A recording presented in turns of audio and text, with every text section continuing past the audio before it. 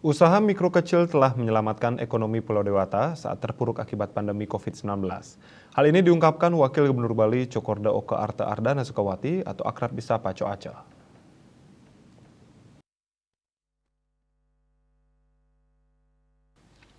Coace menyebutkan pengusaha mikro kecil UMK yang menjual kuliner nasi jinggo menyelamatkan ekonomi yang terpuruk dihantam pandemi.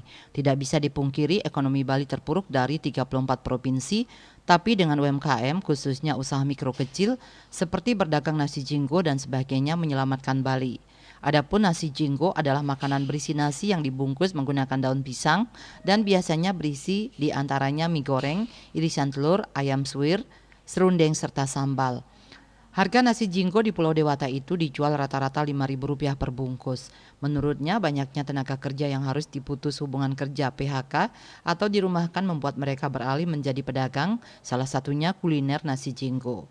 Ia awalnya memperkirakan di sektor pariwisata sebanyak 500.000 hingga 600.000 tenaga kerja terpaksa di PHK atau dirumahkan akibat terpuruknya pariwisata karena pandemi COVID-19.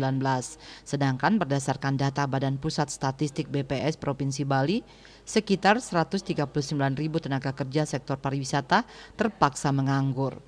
Artinya ada sekitar 350.000 tenaga kerja beralih profesi menjadi petani, pedagang kecil, termasuk usaha mikro kecil. Di sisi lain, 2 tahun setelah pandemi, ekonomi Bali yang mulai bangkit kini menjadi salah satu incaran para pelaku usaha termasuk jaringan bisnis retail atau pusat perbelanjaan untuk melebarkan sayap di Pulau Dewata. Ia pun mengapresiasi ekspansi bisnis itu di tengah menjamurnya usaha digital sebagai dampak pandemi COVID-19. BPS Bali sebelumnya mencatat pertumbuhan ekonomi positif pada 2022 sebesar 4,84%. Capaian itu meroket dibandingkan 2021 yang tumbuh negatif 2,47%. Realisasi pertumbuhan ekonomi Bali pada 2022 itu juga menjadi titik balik setelah pada 2020 mengalami kontraksi parah hingga 9,31%. KMB Bali Pos melaporkan.